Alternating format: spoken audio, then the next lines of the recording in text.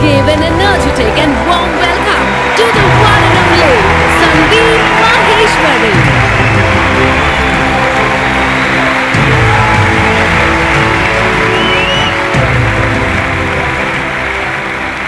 Good morning, everybody. एक छोटी सी request है, एक्सक्यूज मी, आप लोग जो आगे बैठे हुए हैं, स्टेज पे ना लाइट बहुत ज्यादा है, जिसकी वजह से मुझे पीछे तक दिख नहीं रहा है। तो आप एक बार चेक करके बताएंगे पूरा स्टेडियम खाली पड़ा है क्या?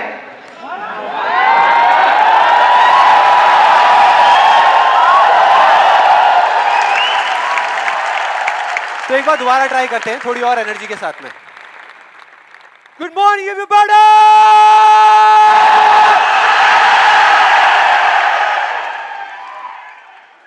अब कुछ मजा आया। अब लग रहा है कि इस सेशन का नाम अनस्टॉपेबल है।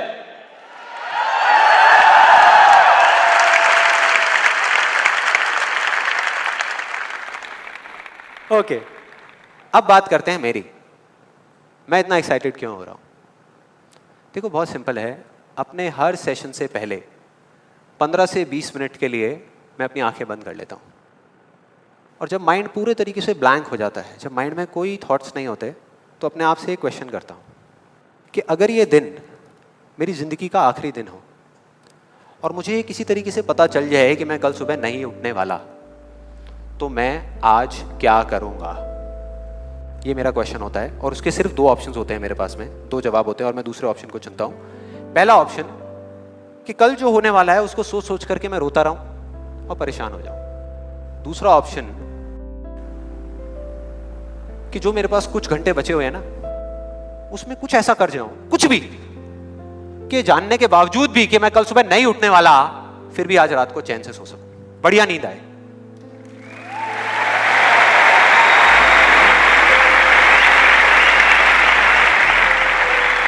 और इसीलिए आज यहां पर जो कुछ भी होने वाला है, जो कुछ भी, वो मेरे लिए सिर्फ एक सेशन नहीं है। जैसे जैसे सेशन आगे बढ़ेगा आपको समझ आएगा मैं बोल क्या रहा हूं। जैसे जैसे अब मैं आपको बताता हूं कि इस सेशन की शुरुआत कहां से हुई, कि मुझे इंस्पिरेशन कहां से मिली ये सेशन करने की।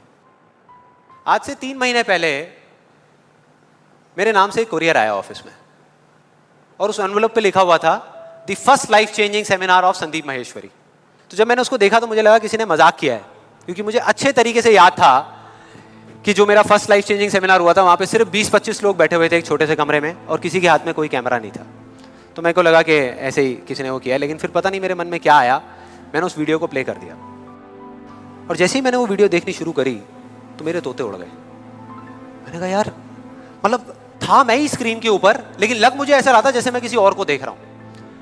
और देखता रहा। जैसे ही वो वीडियो खत्म हुई, उसी टाइम मैंने ये ठान लिया, मैंने ये डिसाइड कर लिया कि अब चाहे कुछ भी हो जाए, अपनी लाइफ के इतने बड़े फेलियर को मैं अपने तक नहीं रखने वाला, इसको शेयर करूंगा पूरी दुनिया के साथ। और आप में से कुछ लोगों को याद भी होगा, मैं अपने इस एक्सपीरियंस के बारे में पहले भी आपको बता चुका हूं कि जब मैं पुणे के एक MBA कॉलेज में गया था और वहां जाकर के ब्लैंक हो गया था। याद है? कितने लोगों को याद है? याद है। तो तब मैंने आपको बताया तो था, लेकिन दिखाया नहीं था, क्योंकि मेरे पास में कुछ था ही नहीं आपको दिखाने के लिए, कोई वीडियो नहीं थी। तो आज मैं आपको दिखाने वाला हूं कि एग्जैक्टली तब क्या हुआ था। Okay, good afternoon everybody. Just call me Sandeep, don't call me sir. And just a few confessions before I start off this session. The first one is, please don't look at me like this with all these frowning faces, because that makes me nervous. And to be honest with you, this is the first time that I am speaking in front of so many people. And second thing is,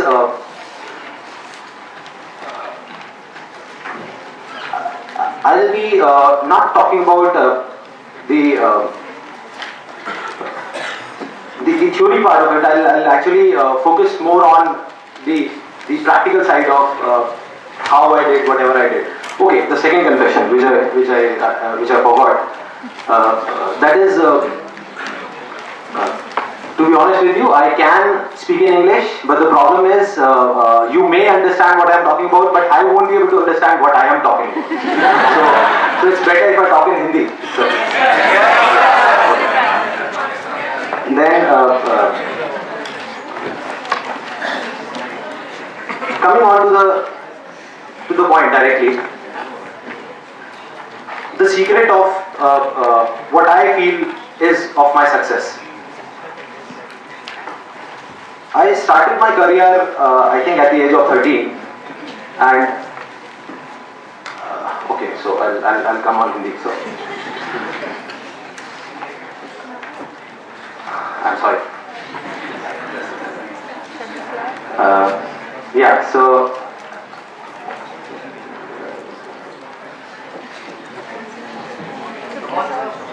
yeah, I'll do it. The images bazaar start कर सकता हूँ तो ये भी कर सकता हूँ. So I think it's not that big a deal.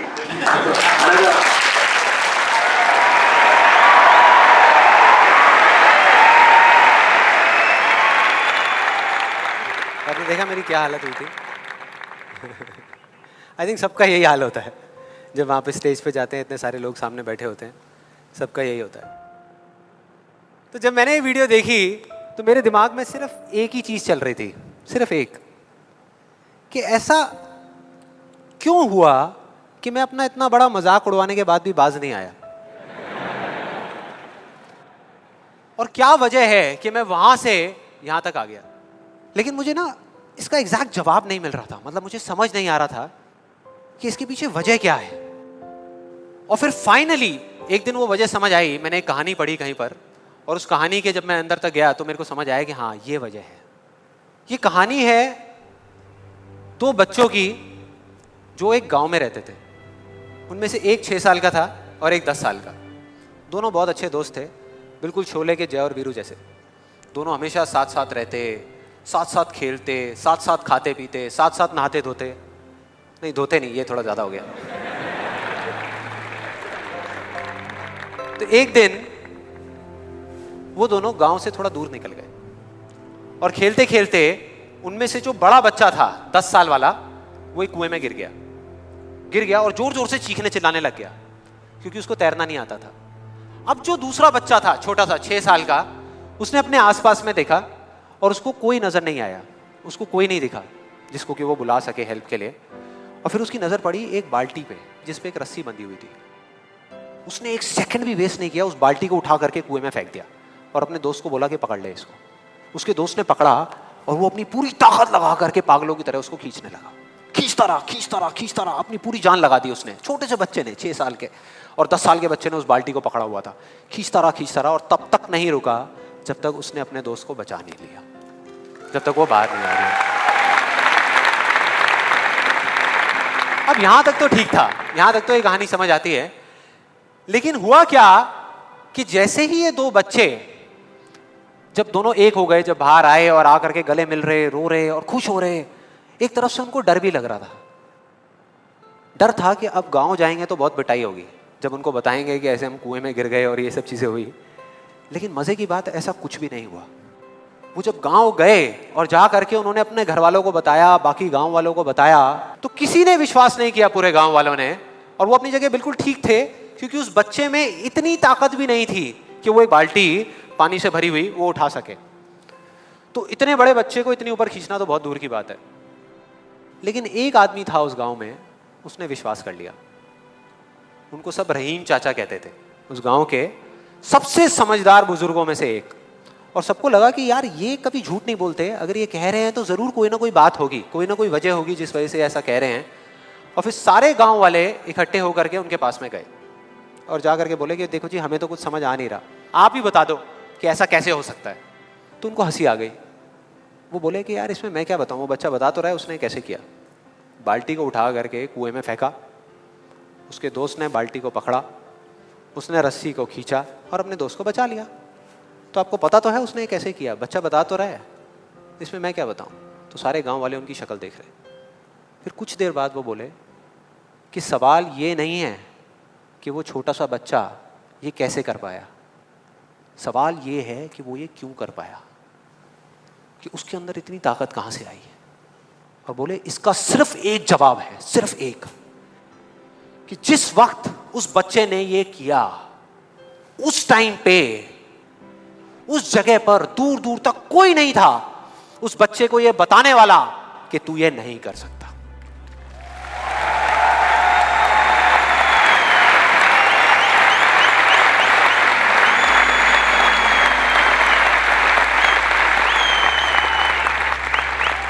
बोले कोई नहीं था, कोई नहीं, यहां तक कि वो खुद भी नहीं, वो खुद भी नहीं।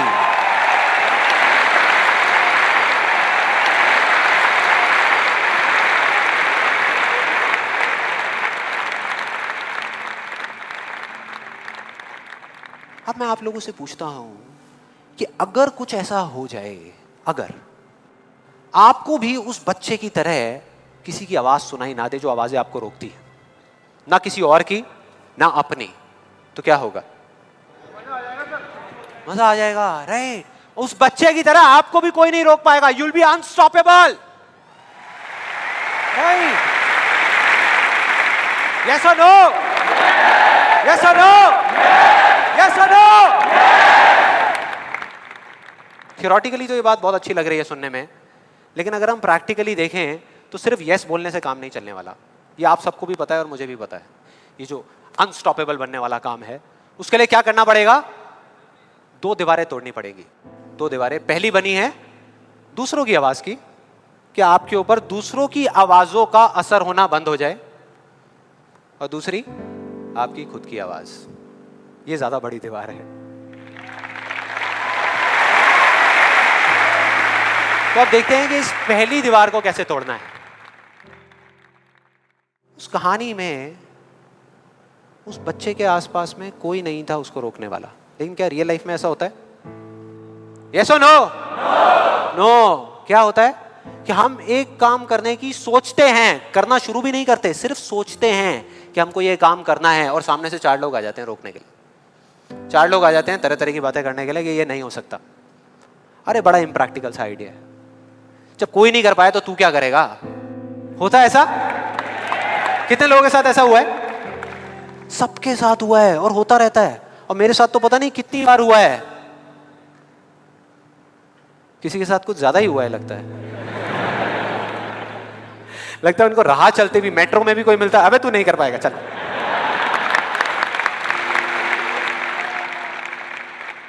तो अब सवाल ये उठता है कि ऐसे में हम क्या करें? ऐसे में जो ऐसी बातें आपको बोल रहे हैं, ना तो आप उनका मुंह बंद कर सकते हो, ना अपने कान बंद कर सकते हो, क्योंकि वो लोग कोई राह चलते लोग नहीं होते, वो आपके अपने होते हैं। आपके अपने फ्रेंड्स हैं, रिलेटिव्स हैं, आपके घर में हैं, आपके ऑफिस में हैं। तो मैं आपको ये नहीं बोल सकता कि आप क्या करो ऐसी सिचुएशन में, लेकिन मैं ये बता सकता हूं कि मैं क्या करता था। जैसे ही कोई बोलता था मेरे को, या आज भी अगर बोलता है कि ये नहीं हो सकता या तू ये नहीं कर सकता, तो मैं ना चुप रहता हूं, ना उनसे लड़ता हूं। मैं सिर्फ एक वर्ड में उनसे एक सिंपल सा क्वेश्चन पूछता हूं, एक वर्ड में। क्यों? क्यों नहीं कर सकता? क्यों नहीं हो सकता? और जैसे ही मैं ये करता हूं उसके बाद बहुत मजा आता है। आप कभी करके देखना, बहुत मजा आएगा। 90% लोग ऐसे मिलेंगे आपको जिनके पास में इस क्यों का जवाब ही नहीं होगा। जवाब ही नहीं होगा। नहीं, वो सोच में पड़ जाते हैं। जैसे मैं पूछता ना क्यों, हाँ क्या, क्यों, ये कैसा सवाल है? तो ये है वो 90% लोग जिनके पास में कोई जवाब ही नहीं होता, या होता भी है तो वो इतना फनी होता है कि आप चाह करके भी अपने आप को हंसने से नहीं रोक पाओगे। जैसे एक बार मेरे साथ हुआ था, जब मैं करीबन आई थिंक 18 साल का था और मैंने नया फोटोग्राफी का कोर्स किया था। तो हमारे घर में एक छोटा सा फंक्शन चल रहा था, और वहाँ पर मैं अपनी मदर के साथ और फादर के साथ में खड़ा हुआ कुछ बातें कर रहा था। इतनी देर में एक सामने से आंटी आई और आकर के बोली, संदीप। हाँ जी आंटी। बेटे क्या नया चक्कर चल रहा है तेरा आजकल? मैं डर गया।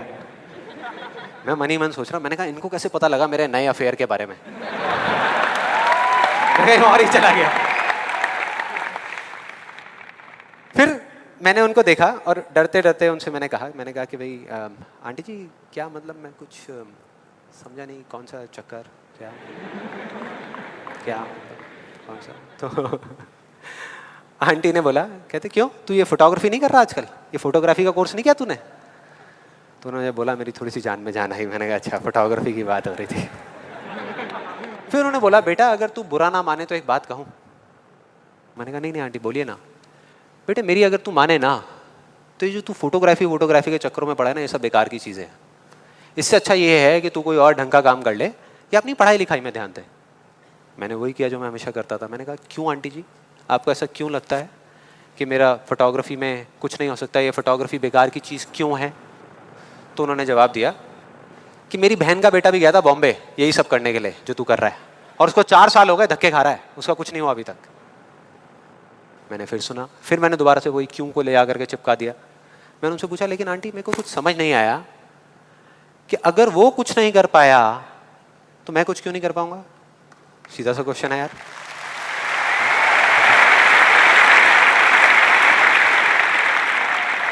वो थोड़ी सी इरिटेट हो गई, लेकिन उसके बाद जो उन्होंने बोला, उस दिन मेरा कम से कम 10 किलो खून बढ़ गया होगा हंसते हंसते।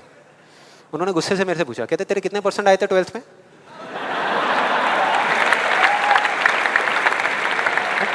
मतलब फोटोग्राफी से इसका कोई कनेक्शन नहीं है दूर दूर तक, लेकिन उनका ये सवाल था कितने % आए थे तेरे 12th में? मैंने कहा जी 85% आए थे आंटी।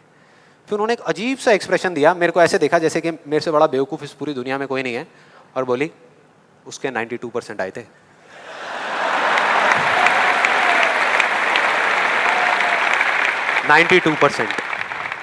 अब बोल। मैं कहा अब क्या बोलूं? अब बोलने को आपने छोड़ा क्या है? क्या कोई है जो ऐसी बातों को सीरियसली ले सकता है? नो, यस और नो? नो, ले ही नहीं सकते। अब बचे 10% लोग जिनके पास में जवाब होता है, एक जेन्युइन वजह होती है। मतलब वो आपको सिर्फ ये नहीं बोलते कि आप नहीं कर सकते, वो आपको बताते हैं कि वो ऐसा क्यों बोल रहे हैं। तो मुझे जब भी कोई ऐसा मिलता है तो मैं उनके पास में जाकर के शांति से बैठता हूं, उनकी सारी बात को समझता हूं, फिर अकेले में जाकर के उस प्रॉब्लम का सॉल्यूशन निकाल लेता हूं और अपने पूरे दिल से उस इंसान को थैंक्स करता हूं, क्योंकि इनडायरेक्टली ऐसे लोग हमको हेल्प करते हैं आगे बढ़ने में। लेकिन इसका मतलब ये नहीं है कि उन 10% लोगों की बातों को मैं ज्यादा सीरियसली लेता हूं, या अगर मेरे को उसका जवाब नहीं मिलता तो मैं रुक जाता हूं। क्योंकि जवाब नहीं है इसका मतलब ये नहीं कि हम चलना बंद करते हैं। फॉर एग्जाम्पल, अगर हम अपने घर से ये सोच करके निकले हैं कि जब सारी लाइट्स ग्रीन हो जाएंगी तब मैं अपने घर से निकलूंगा, तो निकल पाएंगे कभी? कोई भी ऐसा कुछ आपको बोलता है आकर के कि आप ये नहीं कर सकते, तो समझ लेना कि वो बोल तो आपको रहा है, लेकिन उसका इशारा आपकी तरफ नहीं है। वो बस इतना सा कहना चाहता है क्योंकि मैं इस काम को नहीं कर सकता।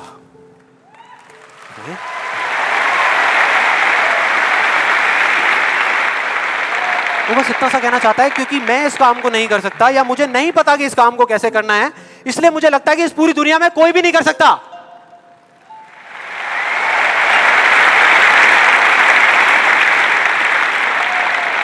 आप में से कितने लोगों ने कहावत सुनी है कि किसी पे जुल्म करना पाप है, लेकिन जुल्म सहना उससे भी बड़ा पाप है? कितने लोगों ने सुनी है? ऑलमोस्ट सबने सुनी है। बिल्कुल इसी तरह से कोई इंसान अगर जिंदगी में कुछ करना चाहता है ना, या कुछ बनना चाहता है, तो उसको जा करके ये बोलना कि तू ये नहीं कर सकता, उसकी हिम्मत को तोड़ना, उसकी उम्मीद को तोड़ना एक बहुत बड़ा पाप है। क्योंकि कई बार कुछ लोगों के पास में सिर्फ एक उम्मीद होती है और कुछ भी नहीं, लेकिन वहीं दूसरी तरफ किसी को इतना हक देना कि वो आ करके आपके सामने खड़ा हो जाए और आपको कुछ भी बोलता रहे, आपकी उम्मीद को तोड़ दे, आपकी हिम्मत को तोड़ दे, और आप चुपचाप खड़े खड़े उसको देखते रहो, कुछ भी ना कहो, कुछ भी ना करो, ये उससे भी बड़ा पाप है।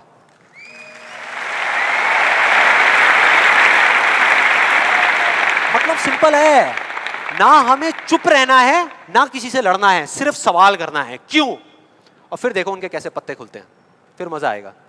और जिस दिन आप लोगों को भी मेरी तरह ये बात समझ आ जाएगी ना, उस दिन आपके ऊपर ऐसी बातों का असर होना बंद हो जाएगा।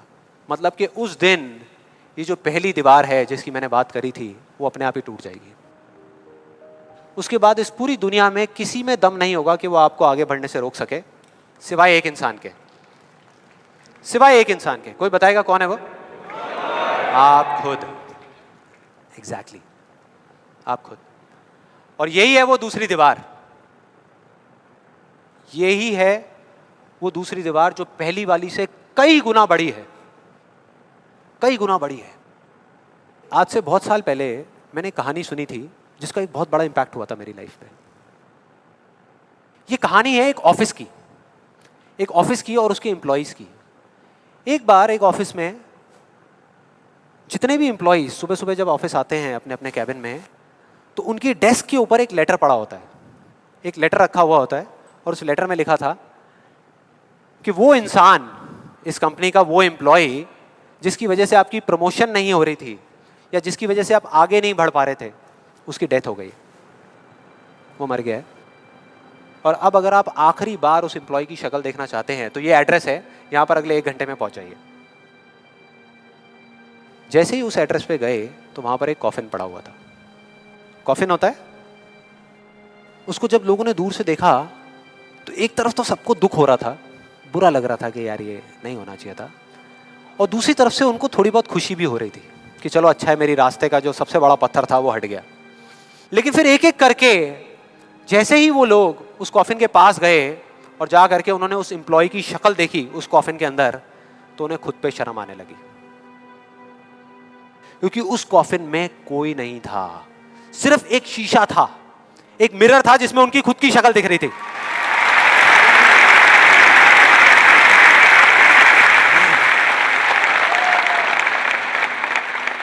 हम सब भी तो यही करते हैं अपनी लाइफ में कि सारा ब्लेम उठा करके किसी सिचुएशन पे डाल दिया, किसी और इंसान पे डाल दिया, सब जगह डाल दिया सिवाय एक इंसान के, खुद पे।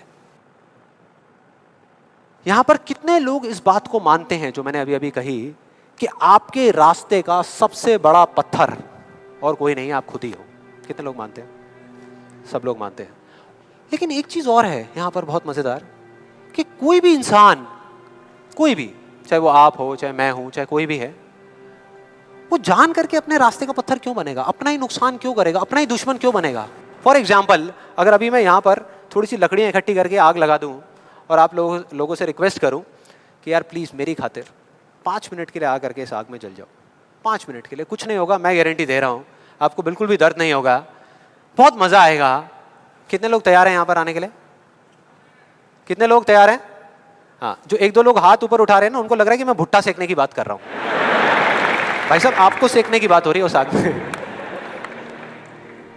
कोई नहीं आएगा, कोई नहीं आएगा। क्यों? क्योंकि कोई भी इंसान हो वो जानबूझ करके अपना नुकसान कभी नहीं करेगा, कभी भी नहीं करेगा। तो ये सवाल मेरे को पिछले कई महीनों से तंग कर रहा था, अंदर ही अंदर खा रहा था कि क्या फर्क होता है उन लोगों में जो जाने अनजाने अपने खुद के सबसे अच्छे दोस्त होते हैं और उनमें जो जाने अनजाने खुद के ही सबसे बड़े दुश्मन होते हैं। और फाइनली पिछले महीने मेरे को जवाब मिल गया, सब कुछ समझ आ गया कि क्या फर्क है।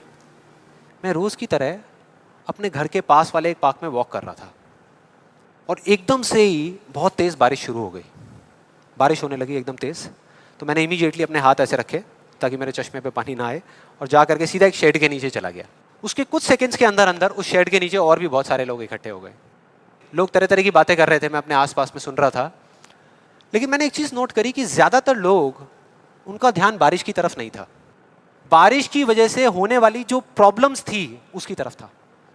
जैसे मेरे यहाँ पे थोड़ा सा आगे जा करके 2 लड़के खड़े हुए थे, वो आपस में बात कर रहे थे कि भाई आज ट्रैफिक का बड़ा बुरा हाल होने वाला है, बारिश इतनी तेज़ हो रही है। तो वो इस तरीके की बातें कर रहे हैं। एक वहाँ पे अंकल जी थे पीछे, वाइफ को बोल रहे थे कि भाई मैंने तेरे को पहले ही कहा था कि छाता रख ले, छाता रख ले, अब देख मैं ऑफिस के लिए लेट हो जाऊँगा। तो इस तरह की बातें हो रही थी, तरह तरह की। तभी मैंने एकदम से देखा कि सामने से, मतलब मैं यहाँ खड़ा हुआ था, मेरे यहाँ पे एक लड़का खड़ा हुआ था, मुझे अभी भी एग्जैक्ट याद है। वो लड़का इनफैक्ट वो काफ़ी बड़ा कैरेक्टर था, बहुत सीरियस, मतलब बहुत टेंशन में था वो। हुआ क्या था, उसकी जेब में एक नोट पड़ा हुआ था जो गीला हो गया था, 20 रुपए का। तो उसको हिला हिला करके सुखाई जा रहा है, उसको फूंक मार रहा है और ये सब चीज़ें। तो मैं पहले, मेरा ध्यान उसकी तरफ था, फिर मैंने जैसे ही उधर देखा तो उधर से एक आदमी आ रहा था शेड की तरफ। उसका भी एक हाथ ऐसे था, लेकिन दूसरे हाथ से उसने अपनी बच्ची का हाथ पकड़ा हुआ था, छोटी सी बच्ची, 4-5 साल की, बड़ी प्यारी बच्ची। फर्क ये था कि उस बच्ची का हाथ ऐसे नहीं था, उसका हाथ ऐसे था, ऐसे था। और वो बच्ची बड़ी प्यारी प्यारी हरकतें कर रही थी। मैंने देखा वहाँ से, ऐसे उसका हाथ था, बार बार उस पर पानी की बूंदें गिर रही, वो इकट्ठा कर रही और पी रही, इकट्ठा कर रही और पी रही, इकट्ठा कर रही और पी रही। तो जैसे ही वो शेड के पास आए, मैं थोड़ा सा साइड हो गया। तो इधर वो मेरे नोट सुखाने की मशीन थी, इधर मैं सोच रहा था अपने भी नोट निकाल के दे दूं, भाई ये भी सुखा दे।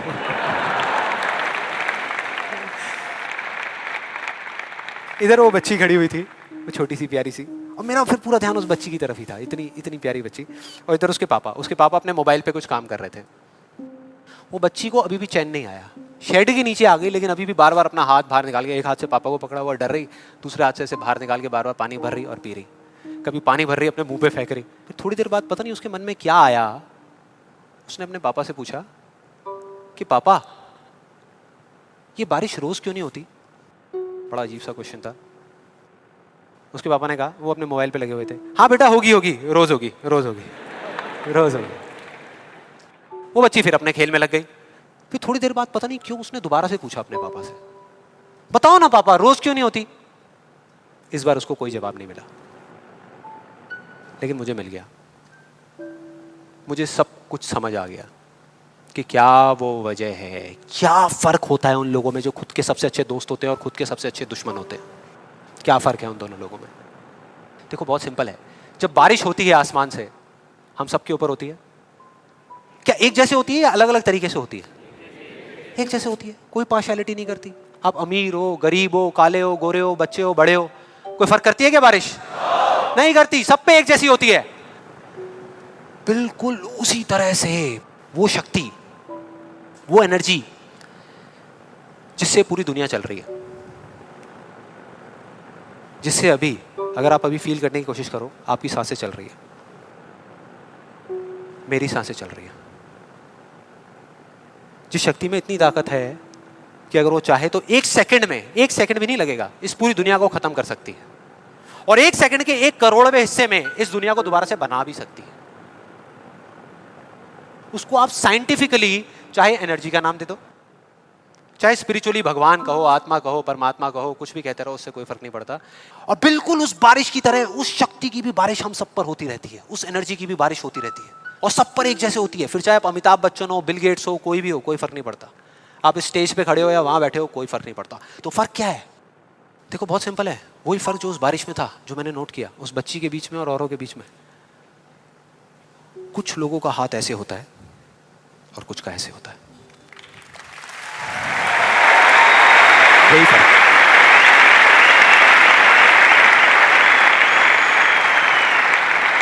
जिनका ऐसे होता है वो बारिश उन पर होती तो है, लेकिन छू करके बह जाती है, चली जाती है, उनके अंदर तक नहीं जा पाती, अपना काम नहीं कर पाती।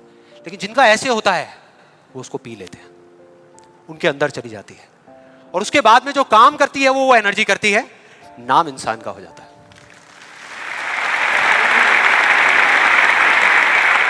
नाम हो जाता है कि वो कर रहा है, वो कर रहा है, वो कर रहा है। अरे कौन कर रहा है? वही एनर्जी पीछे से काम कर रही है। हम क्या कर सकते हैं? अगर मैं आपको कहूं कि हमारी बॉडी के जितने भी फंक्शंस हैं, उसमें से 99% फंक्शन से ज्यादा ऐसे हैं, डाइजेशन से लेकर के, ब्रीदिंग से लेकर के, ये सारी चीजें जो हम कंट्रोल नहीं करते, जो हमारे कंट्रोल में है ही नहीं। 1% चीजें हम कंट्रोल करते हैं और 100% क्रेडिट ले जाते हैं। और अब मजे की बात पता है क्या है? सबसे मजेदार बात कि यहां पर हम जितने भी लोग बैठे हुए हैं ना, हम सबको पता है कि अगर हमारे हाथ अभी ऐसे हैं तो ऐसे कैसे लाने हैं, क्योंकि बचपन में हम सबके बाय डिफॉल्ट हाथ ऐसे ही थे, सबके। फिर धीरे धीरे कुछ लोगों के यहाँ चले गए, कुछ के यहीं रह गए। जिनके यहाँ रह गए उनको हम सक्सेसफुल बोलते हैं, जिनके यहाँ चले गए उनको हम फेलियर्स बोलते हैं, अलग अलग फील्ड्स में। तो कोई बताएगा कि ऐसा क्या था जो बचपन में हम एक दिन में हजारों बार करते थे और अब हजारों दिनों में एक बार भी नहीं करते? याद करो वो बच्ची क्या कर रही थी उस पार्क में, बार बार क्या कर रही थी? एग्जैक्टली क्वेश्चन पूछ रही थी, मतलब के सवाल कर रही थी। Let's give a big hand for her.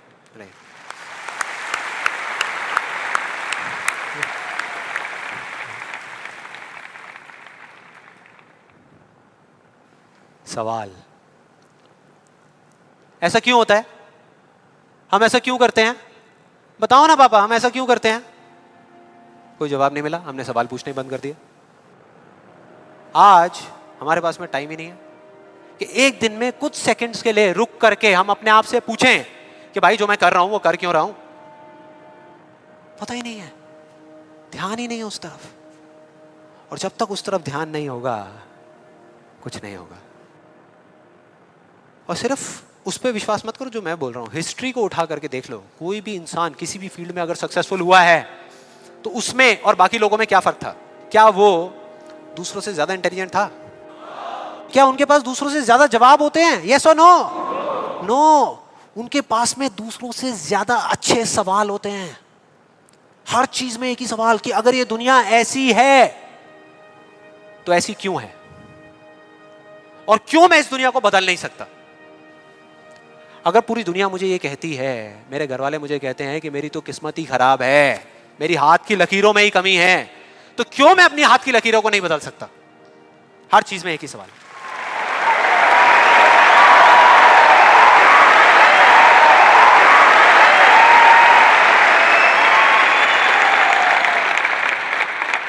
और दूसरी तरफ किसी फेलियर के पास चले जाओ, उनके पास आपको सिर्फ जवाब मिलेंगे, सवाल एक भी नहीं। सिर्फ एक्सक्यूजेस मिलेंगे, सिर्फ बहाने मिलेंगे, बस। सवाल पूछ ही नहीं रहे तो जवाब मिलेगा कहां से? कहां से मिलेगा? मिल ही नहीं सकता। तो मैं क्या कह रहा हूं कि लाइफ में आप जो कुछ भी कर रहे हो, जो भी, उससे कोई फर्क नहीं पड़ता, लेकिन अगर आपके पास में इस क्यों का बिल्कुल क्लियर जवाब है तो उस काम को आप पूरे विश्वास के साथ कर रहे हो। और अगर इस क्यों का जवाब ही नहीं है तो आप सिर्फ उस काम को अंधविश्वास पे कर रहे हो, जो आज नहीं तो कल टूटेगा ही टूटेगा। फॉर एग्जाम्पल, मैं आपको एक रियल लाइफ एग्जाम्पल से बताता हूं। क्या कभी आप लोगों के साथ ऐसा कुछ हुआ है कि घर में कोई बड़ा सा फंक्शन चल रहा हो, जैसे किसी की शादी हो रही हो, और वहां पे कोई रिलेटिव बीमार हो गया? हुआ है? कितने लोगों के साथ हुआ है ऐसा? हुआ है। तो ऐसे में क्या होता है? क्या होता है? जैसे ही एक किसी की तबीयत खराब होती है तो बाकी लोग क्या करते हैं? डॉक्टर बन जाते हैं, अपनी अपनी राय देते हैं आकर के। मेरी फैमिली में भी एग्जैक्टली बिल्कुल ऐसा ही हुआ था। मेरी एक कज़न सिस्टर की शादी थी और मेरे एक अंकल आए हुए थे अब्रॉड से।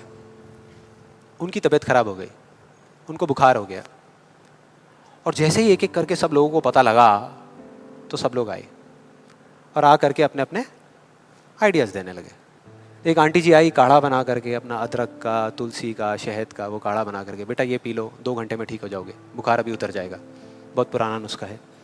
उसके बाद में एक अंकल आए, बड़े फनी, वो आ करके उन्होंने ऐसे उनके सर पे हाथ रखा, गर्म हो रहे हैं। फिर उन्होंने कहा कुछ नहीं है, इनको ठंडी बर्फ़ की पट्टियाँ कर दो, अभी सारा बुखार उतर जाएगा। ऐसे सब तरह तरह के लोग आ रहे थे, तरह तरह के, और अपने अपने आइडियाज़ दे रहे थे। सबको पूरा विश्वास था कि ये करने से वो ठीक हो जाएंगे, उनका बुखार उतर जाएगा। लेकिन इसका बिल्कुल उल्टा हुआ। अगले दिन सुबह उनका बुखार कम होने की बजाय और बढ़ गया, तेज हो गया। और अब ऐसे में बड़ा मजा आता है कि जो लोग जितना ज्यादा कॉन्फिडेंट थे ना अपने नुस्खे को लेकर के, वो उतना ही पीछे हट गए। उनका जवाब था कि भाई मैं तो कल ही कह रही थी कि डॉक्टर को बुला लो, किसी ने मेरी सुनी नहीं। डॉक्टर आया, वहाँ पे आ करके उसने पूरा चेकअप किया, कुछ टेस्ट बताए, शाम तक रिपोर्ट्स आई और पता लगा कि उनको मलेरिया था। डॉक्टर को जैसे ही पता लगा उसने कुछ दवाई दी और अगले कुछ दिनों में वो बिल्कुल ठीक हो गए। तो क्या फर्क था डॉक्टर में और बाकी लोगों में? डॉक्टर ने कुछ भी करने से पहले, मतलब कि अपना इलाज शुरू करने से पहले, कोई भी नुस्खा बताने से पहले ये पता लगाया कि उनको बुखार क्यों हुआ, और बाकी किसी ने ये पता लगाना जरूरी ही नहीं समझा कि उनको बुखार हुआ क्यों।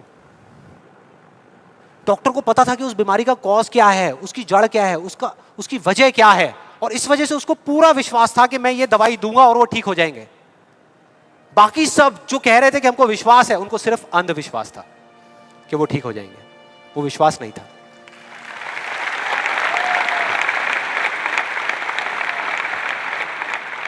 इन दोनों के बीच में ना इतना एक बिल्कुल पतली सी लाइन का फर्क होता है, विश्वास में और अंधविश्वास में, जिस वजह से बहुत बार हम अपने अंधविश्वास को विश्वास का नाम दे देते हैं। और इसका आज की डेट में सबसे बड़ा एग्जाम्पल, सबसे बड़ा, वो है लॉ ऑफ अट्रैक्शन। सुना है? यहां पे कितने लोगों ने सुना है लॉ ऑफ अट्रैक्शन के बारे में? ऑलमोस्ट सबने सुना है। अब ये बहुत मजेदार है, लॉ ऑफ अट्रैक्शन। मुझे बहुत लोग मिल चुके हैं, मतलब काफ़ी लोग मिले हैं जो आ करके मुझसे पूछते हैं कि भाई आपके हिसाब से आपको क्या लगता है कि लॉ ऑफ अट्रैक्शन काम करता है या नहीं करता। तो मेरा सिंपल सा जवाब होता है कि अगर आप मेरा जवाब चाहते हो तो जवाब है हाँ, कि ये काम करता है। साइंटिफिकली जिसको बोलते हैं law of cause and effect, और स्पिरिचुअली जिसको बोलते हैं लॉ ऑफ कर्मा, ये उसके ऊपर बेस्ड है। तो इसमें कोई शक नहीं है कि ये काम करता है, लेकिन वैसे नहीं जैसे कि कुछ लोग अपनी बुक्स के थ्रू और वीडियोस के थ्रू इसके बारे में बता रहे हैं, वैसे नहीं। आप में से कितने लोगों ने वीडियो देखी है? बहुत सारे लोगों ने देखी है, तो आप शायद समझ जाएंगे। बाकी लोगों के लिए मैं थोड़ी एक्टिंग करके दिखाता हूँ, अपना वो थोड़ा फिरंगी स्टाइल में, वो जो डबिंग करके बोलते हैं ना, ये बिल्कुल एक अलादीन के चिराग जैसा है।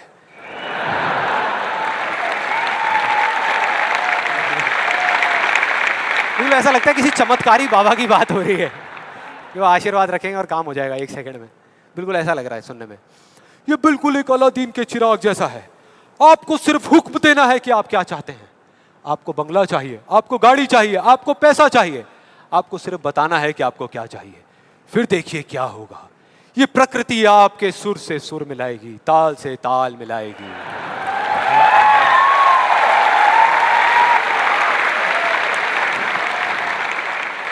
और उसके बाद बड़ा मजा आता है। एक बंदा आता है वहां पे उस वीडियो में, वो आकर के कहता है अच्छा इतना आसान है, तो मैं 3 लड़कियों के साथ डेट पे जाना चाहता हूं। 3 लड़कियों के साथ।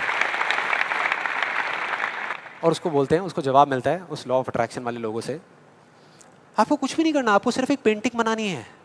अपनी एक पेंटिंग बनाइए जिसमें आप बैठे हैं और साथ में 3 लड़कियां बैठी है, और फिर देखिए क्या होता है। वो बंदा पेंटिंग बनाता है। उसके कुछ दिन बाद किसी चमत्कार की वजह से वो लड़का एक पार्क में बैठा होता है, उसके आसपास में 3 लड़कियां बैठी होती हैं, और उसमें से एक लड़की उसको अंगूर खिला रही होती है। भाई क्या है ये? क्या है ये? अगर मजाक नहीं है तो आप में से कितने लोगों ने ये ट्राई किया? मैं लॉ ऑफ अट्रैक्शन की बात कर रहा हूं, 3 लड़कियों के साथ डेट पे जाने की बात नहीं कर रहा। ऐसे पता नहीं कितने एग्जाम्पल्स हैं उस बुक में, उस वीडियोस में। एक सबसे फनी एग्जाम्पल जो बहुत लोग ट्राई कर रहे हैं, आई एम श्योर यहाँ पे भी बहुत लोगों ने ट्राई किया होगा, कार पार्किंग का। उसमें एक आदमी बोलता है, मैं जब अपने घर से निकलता हूँ तो मैं सोचता हूँ कि वो गाड़ी की जो पार्किंग है वो मेरे लिए खाली पड़ी होगी, और मैं जैसे ही जाता हूँ वो पार्किंग मेरे लिए खाली पड़ी होती है, और मैं जा करके अपनी गाड़ी लगा देता हूँ। क्या कमाल है यार। देखो कई बार मुझे 1-2 मिनट वेट भी करना पड़ता है, लेकिन फिर वो जगह अपने आप मेरे लिए खाली हो जाती है। मैं क्या करता हूँ, मैं सिर्फ सोचता हूँ वो जगह मेरे लिए खाली। कमाल है यार। हाँ, बढ़िया लग रहा है ना सुनने में, अच्छा लगता है। ये सारी बातें सबको अच्छी लगती है, किसको नहीं लगेंगी? सच बताऊं, मुझे भी अच्छी लगेंगी सुनने में। बुरी किसको लगेगी? कि सोचना शुरू कर दो और गाड़ियों की पार्किंग मिलनी शुरू हो जाएगी। ये आई एम श्योर बहुत लोगों ने ट्राई किया होगा। कितने लोगों ने ट्राई किया है? आपके हिसाब से काम करता है ये? अच्छा, एक सवाल है, हमेशा करता है या कभी कभी करता है? कभी कभी करता है। लेकिन फिर वो एक लॉ कैसे हुआ? लॉ उसे कहते हैं जो एक ही कंडीशन में अगर सेम कॉज हो तो उसका सेम इफेक्ट आना चाहिए, उसको लॉ कहते हैं। सिंपल है भैया। अगर कंडीशन सेम है, आप एक ही जमीन पे 2 बीज बोओगे आम के, तो दोनों आम के पेड़ ही बनेंगे, एक एप्पल का पेड़ नहीं बन सकता। सीधा सा फंडा है। तो इसका मतलब कहीं ना कहीं कुछ कंफ्यूजन है, कुछ गड़बड़ है। तो मैं एक बहुत बड़ा यहाँ पर एक कमिटमेंट करने वाला हूँ, एक बहुत बड़ा चैलेंज करने वाला हूँ इन वीडियोस के अंदर। मेरा ओपन चैलेंज है उन लोगों को जिन्होंने ये बुक लिखी है और जिन्होंने ये वीडियोस बनाई है, क्योंकि उनसे ज़्यादा कौन जानता है इस लॉ के बारे में। वो जानते हैं कि वो क्या कह रहे हैं, वो समझते हैं कि वो क्या कह रहे हैं। तो मेरा ओपन चैलेंज है कि हम एक शर्त लगाते हैं, इस दुनिया में कहीं पर भी एक पार्किंग लॉट चूज करेंगे जो थोड़ा सा बिजी रहता हो, और वहां पर वो एक स्पॉट आइडेंटिफाई करेंगे, पार्किंग का स्पॉट, और अपने लॉ ऑफ अट्रैक्शन की पूरी पावर लगाएंगे। लगा सकते हैं, क्या दिक्कत है? सोचना ही तो है। सोचते रहेंगे, फील करते रहेंगे, मेरे को ये जगह मिलेगी मिलेगी मिलेगी। करो। जिस दिन उनको वो जगह मिल गई, मेरा एक कमिटमेंट है और मैं ये ओपन चैलेंज कर रहा हूं, उनको मैं 1 लाख रुपए दूंगा। और जिस दिन नहीं मिली, उन्हें मुझे सिर्फ 10,000 रुपए देने हैं। सिर्फ 10,000 रुपए, मतलब 1 का 10। कुछ लोगों का दिमाग चलना शुरू हो गया, अबे ये बढ़िया यार, मैं जा रहा हूं। मैं आ रहा हूं इस चैलेंज के लिए। कितने लोगों को लगता है कि वो आएंगे, इस चैलेंज को एक्सेप्ट करेंगे? कितने लोगों को लगता है नहीं आएंगे? वो नहीं आएंगे, वो आ ही नहीं सकते, क्योंकि उन्हें भी पता है कि सच क्या है और झूठ क्या है। वो सब अच्छे तरीके से इस बात को जानते हैं, क्योंकि मैं जिस लॉ के बेसिस पे बात कर रहा हूं, मैं कोई थियोरेटिकल कॉन्सेप्चुअल बात नहीं कर रहा, मैं बात कर रहा हूं लॉ ऑफ प्रोबेबिलिटी के बेस पे, जिसके बेस पे इस दुनिया के सारे कैसीनोस चल रहे हैं। एक बिजी पार्किंग है 100 गाड़ियों की, उनको उस स्पॉट पे पार्किंग मिलने की प्रोबेबिलिटी क्या है? 1:100 एग्जैक्टली, 1%। उनको नहीं मिलने की क्या है?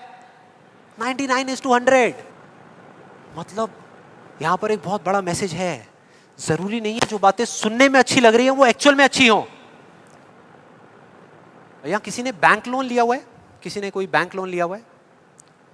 हाँ, तो जो आपने बैंक लोन लिया हुआ है, आपकी मंथली EMI जाती होंगी बैंक को, इंस्टॉलमेंट जाती होंगी, जाती हैं? तो अब मैं आपको 2 ऑप्शंस देने वाला हूं, 2 ऑप्शंस। आप बताना आपको सुनने में कौन सा ऑप्शन ज्यादा अच्छा लग रहा है। पहला ऑप्शन कि आप जो काम कर रहे हो उसको पूरा दिल से करो, दिन रात करो, खूब काम करके जो आप पैसा कमाते हो उससे वो इंस्टॉलमेंट्स पे कर दो। दूसरा ऑप्शन है कि आपको ये सोचना है कि बैंक अपना जो लोन है वो माफ कर देगा और अपना पैसा वापस मांगना बंद कर देगा, और रातों रात कहीं से आपके कोई दूर के अंकल आपको 25-25 हजार रुपए महीने के चेक भेजना शुरू कर देंगे। कौन सा ऑप्शन ज्यादा अच्छा लग रहा है सुनने में, पहला या दूसरा? दूसरा। यही वजह है, इसी वजह से ये सब हो रहा है। वो जो झूठ बोल रहे हैं ना, उनकी कोई गलती नहीं है, वो ही बोल रहे हैं जो लोग सुनना चाहते हैं, और वो नहीं जो सच है, क्योंकि सच बहुत कम लोग सुनना चाहते हैं। इस वजह से सारी चीजें हो रही हैं।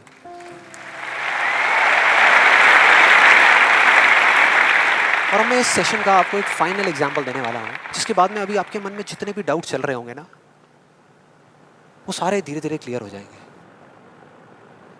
ये एग्जांपल है 2 लड़कों का, 2 लड़कों का जिनकी एज है 18 साल, और दोनों का एक ही डिजायर है कि मेरे को एक BMW गाड़ी चाहिए। दोनों का यही है, और अगले 10 साल के अंदर अंदर चाहिए, बस तरीका थोड़ा सा अलग अलग है।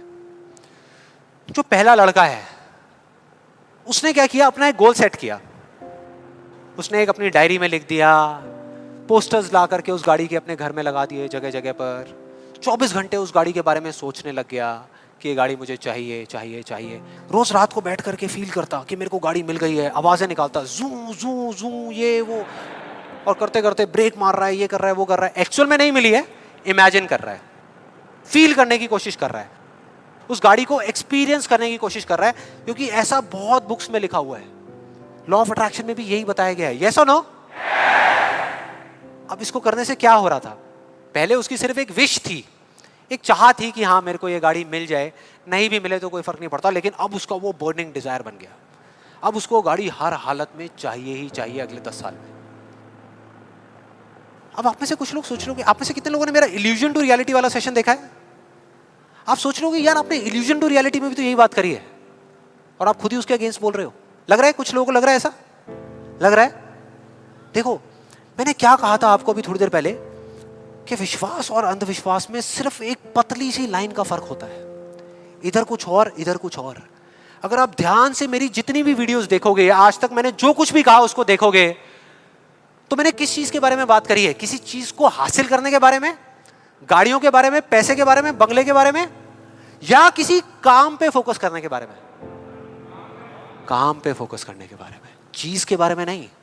मतलब इस टेक्निक में कोई कमी नहीं है। इस टेक्निक को यूज जो लोग कर रहे हैं 90% वो गलत तरीके से कर रहे हैं, जिस वजह से प्रॉब्लम्स क्रिएट हो रही है। अब दूसरे लड़के की बात करते हैं, उसमें और इसमें क्या फर्क था।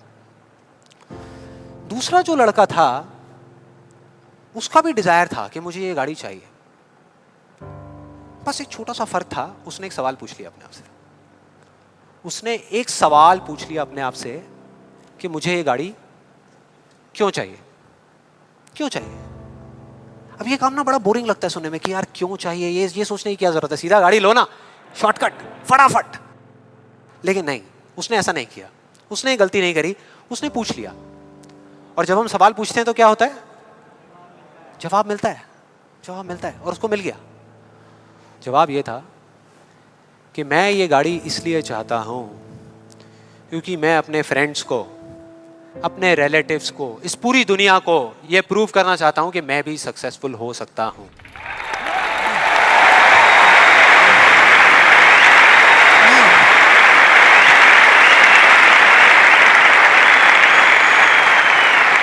तो उसको जवाब मिल गया कि मैं ये इसलिए चाहता हूं क्योंकि मैं प्रूव करना चाहता हूं। फिर उसने दोबारा सवाल किया कि क्यों, मैं क्यों अपने आसपास वालों को, इस पूरी दुनिया को ये प्रूव करना चाहता हूं, क्यों करना चाहता हूं?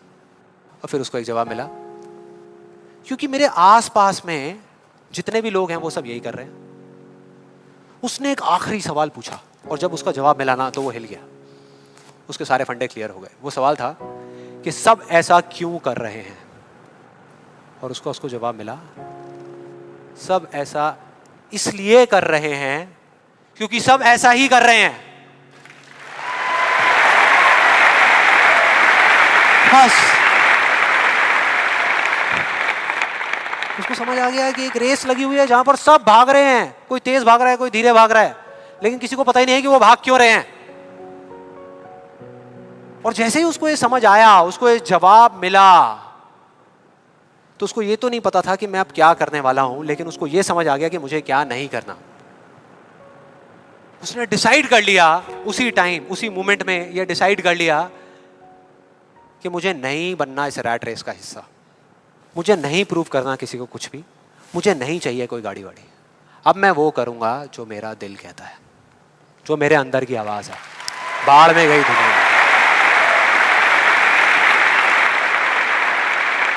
और जैसे ही उसको ये अंदर से उसकी आवाज आई कि मुझे ये चीज करनी है, तो वो जवाब उसके अंदर से ही निकल करके आ गया।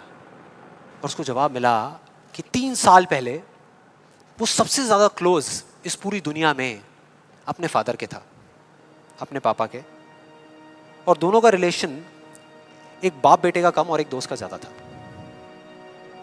उसके पापा की एक छोटी सी हैंडीक्राफ्ट की दुकान थी दिल्ली में, और वो क्या करते थे, छोटे छोटे गांव में जाते और जा करके वहाँ के कारीगरों से कुछ सामान लेकर के आते और अपनी दुकान में बेचते।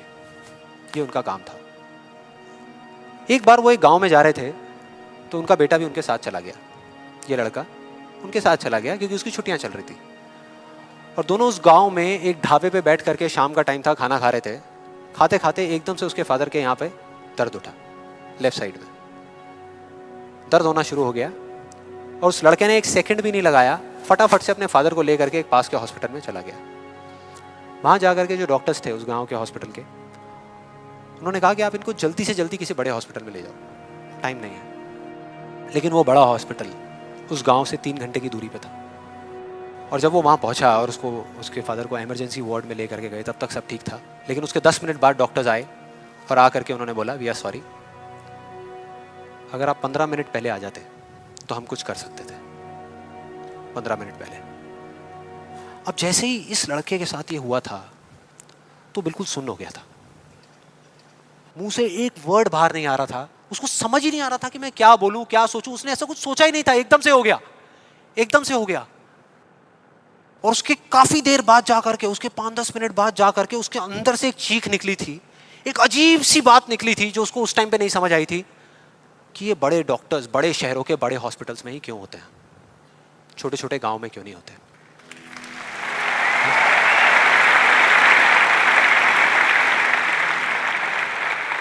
उस टाइम उसको नहीं समझ आया, आज समझ आ गया।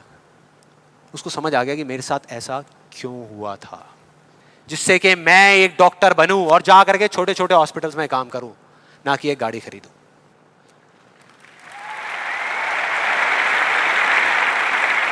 और इस एक सवाल ने, एक वर्ड के सवाल ने, क्यों ने, उसकी पूरी पूरी लाइफ का डायरेक्शन ही चेंज कर दिया। जहां एक तरफ उससे एक दिन में 1 घंटा भी पढ़ाई नहीं होती थी, अब वो दिन में 12-12 घंटे पढ़ने लगा। उसके कुछ साल बाद वो एक हार्ट सर्जन बन गया और जा करके कुछ बड़े हॉस्पिटल्स में बड़े डॉक्टर्स को असिस्ट करने के बाद में छोटे छोटे गांव में चला गया। ये थी उस दूसरे लड़के की कहानी।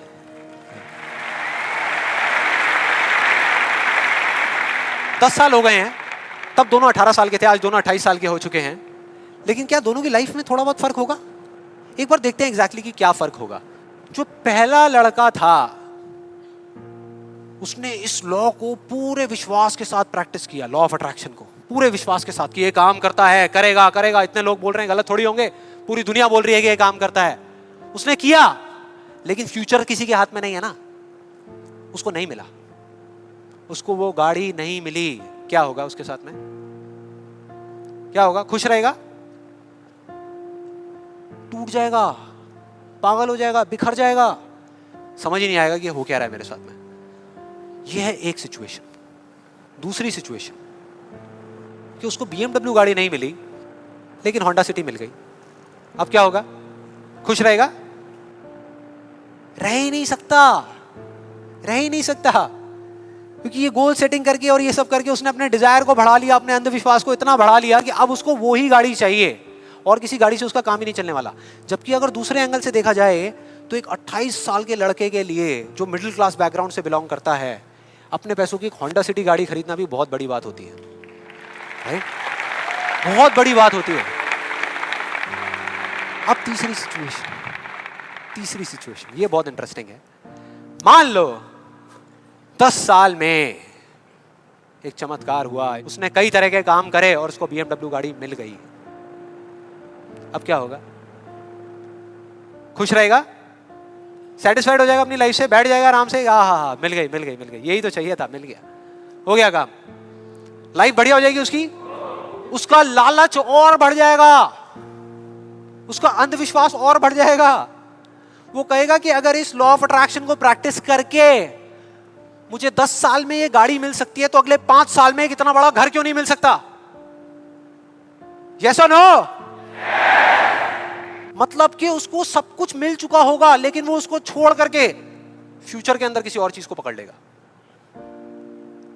सब कुछ होने के बाद भी वो फ्यूचर में जिएगा और उसकी हालत बिल्कुल एक ऐसे खरगोश के जैसी हो जाएगी जिसके सर के सामने किसी ने डंडा लगा करके गाजर को टांग दिया। इमेजिन करो कैसा होगा वो खरगोश, जो उस गाजर को देख तो सकता है, बिल्कुल उसकी आंखों के सामने है, उसको खाने के लिए भाग भी सकता है लेकिन कभी खा नहीं सकता, मरते दम तक सिर्फ भाग सकता है, खा नहीं सकता। क्योंकि उसकी जो खुशी है वो उस काम में नहीं है जो वो काम कर रहा है, किसी चीज में है, बाहर है, उसके अंदर नहीं है। अब देखते हैं दूसरे लड़के को। ये बहुत इंटरेस्टिंग है कि इस दूसरे लड़के का क्या होगा। 10 साल हो गए, वो छोटे छोटे गांव में जा करके अपना काम कर रहा है और पहली सिचुएशन, उसको गाड़ी नहीं मिली, BMW गाड़ी उसको चाहिए थी 10 साल पहले लेकिन आज नहीं मिली, तो क्या होगा? क्या होगा? खुश रहेगा। उसकी खुशी किसी गाड़ी में नहीं है, किसी चीज में नहीं है, उसके काम में है। कल जो मिलने वाला है उसमें नहीं है, आज जो वो कर रहा है उसमें है।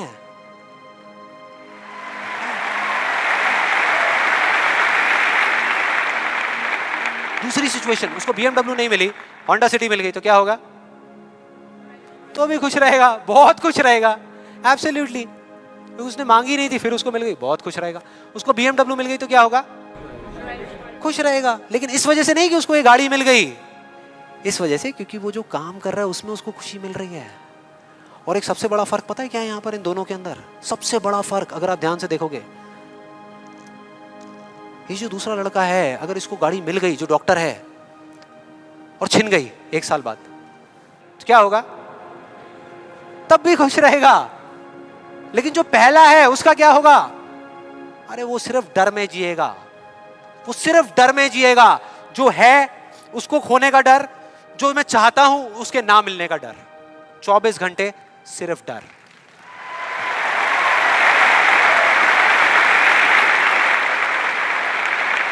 डर ही डर, सब कुछ होगा उसके पास में लेकिन फिर भी अंदर से डरा हुआ होगा, यार कोई मेरी गाड़ी ले ना ले, अरे कोई इस पे स्क्रैच ना मार दे।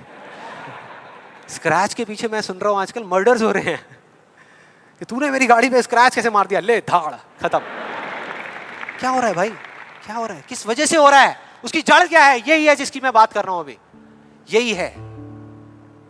अभी तक मैंने जो कुछ भी कहा है उसको एक लाइन में अगर इन दो के बीच का फर्क आपको बताऊं तो वो ये है, पहला आदमी बोल रहा है कि इस चीज को पाने के लिए मैं कोई भी काम करने को तैयार हूं। और दूसरा बोल रहा है, इस काम को करने के लिए, ये जो मैं अभी कर रहा हूं, मैं अपनी कोई भी चीज गंवाने को तैयार हूं।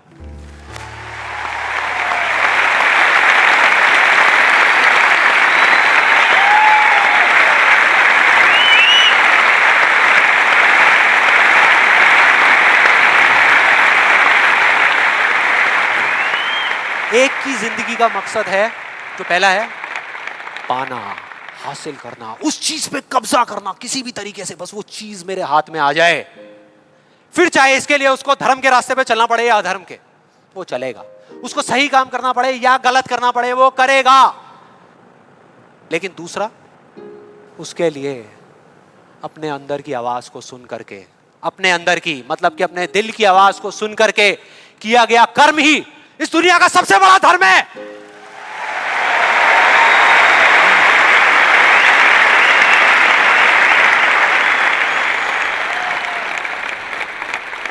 बस यही एक मकसद है उसकी जिंदगी का, अंदर की आवाज को सुनते जाओ, चलते जाओ, सुनते जाओ, चलते जाओ, जो होगा देखा जाएगा।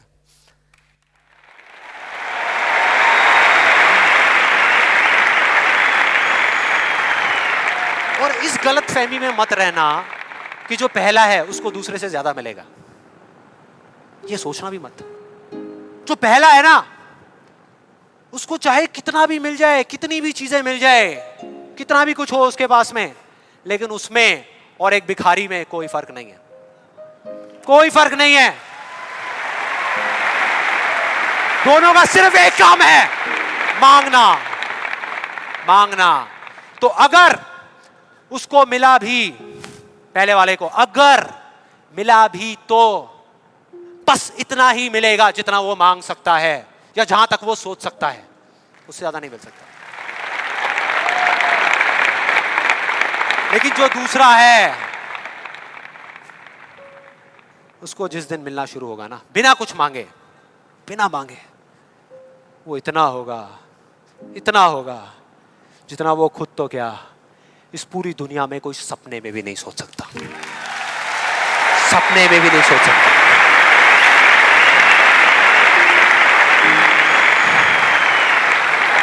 और इसका जो मैं आपको बोल रहा हूं, एक जीता जागता एग्जाम्पल आपके सामने खड़ा है।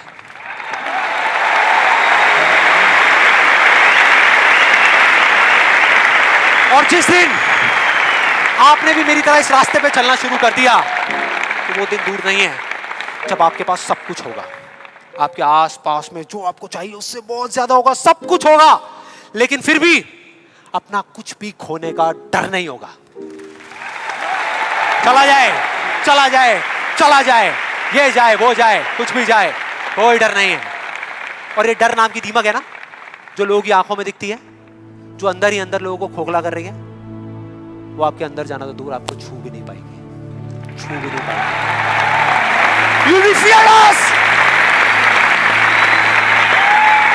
ना जीने का लालच, ना मरने का डर।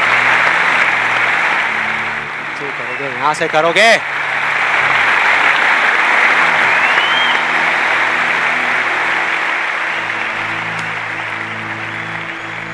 और फिर चाहे आपके रास्ते में एक मुश्किल आए या हजार आए, कोई फर्क नहीं पड़ता। चाहे एक आदमी आकर के आपको रोकने की कोशिश करे या 1 लाख लोग आकर के आपके सामने खड़े हो जाएं, अरे आपको रोकना तो दूर, किसी में इतना दम भी नहीं होगा कि वो आपको हिला भी सके।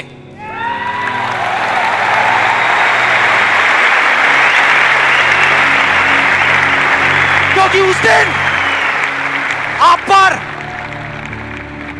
खुद उसका हाथ होगा।